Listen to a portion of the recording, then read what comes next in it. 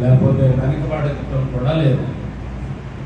చెప్పటంలో కలిసి ఉన్నాం, చేయటంలో కలిసి ఉన్నామా లేదా?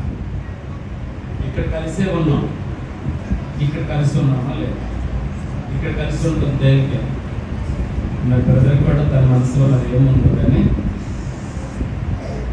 కాబట్టి అర్థం చేసుకోండి. కలిసి ఉండి లోపల కలుసుకుంటూ ఉండేవాడికి దేవుడికి ఇష్టం లేదు. నా మాటలు కొంచెం సైకలాజికల్గా ఉంటాయి, అర్థం చేసుకోవాలి. బయట కలిసే ఉండి ఆంతర్యంలో కలుసుకుంటూ కలిసి ఉంటాం అనేది దేవుడికి ఇష్టం లేదు. నువ్వు కలిసి ఉన్నావా లేదా అన్నది ఇక్కడ చూస్తాడు. ఇక్కడ కలిసి ఉండాలి. ఇక్కడ కలిసి ఉండాలంటే ఇంతమంది నువ్వు కలిసి ఉండడం అనేది అంత తేలిక కాదు. ఇద్దరు కలిసి ఉండడమే కష్టం.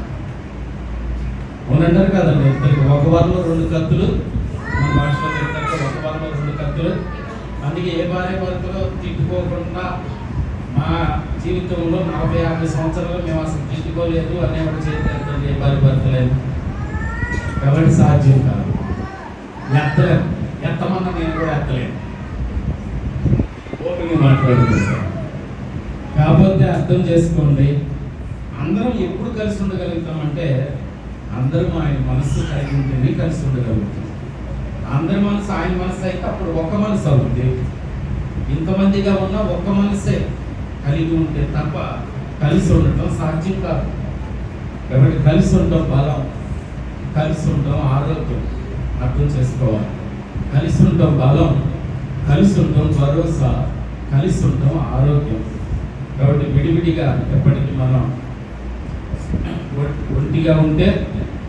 ఒంటిగా ఉంటే ఆదాము సృష్టించి వదిలేసేవాడు. ఆయన ఉన్నాడుగా, ఆయన ఉన్నా సరే సాటి అయిన సహాయం ఈయనకి లేదు అన్న. కాబట్టి దేవుడు పక్కనే ఉండి కూడా సాటి అయిన సహాయం ఇతనికి లేదు అంటే మీరిద్దరు ఒకరికొకరు సహాయం చేసుకోవడం కొరకే సృష్టించబడ్డారు. దేవునికి స్తోత్రం కలుగును. కాబట్టి అర్థం చేసుకోండి, దేవుని ఉద్దేశాన్ని అర్థం చేసుకొని దాని ప్రకారం నడవటానికి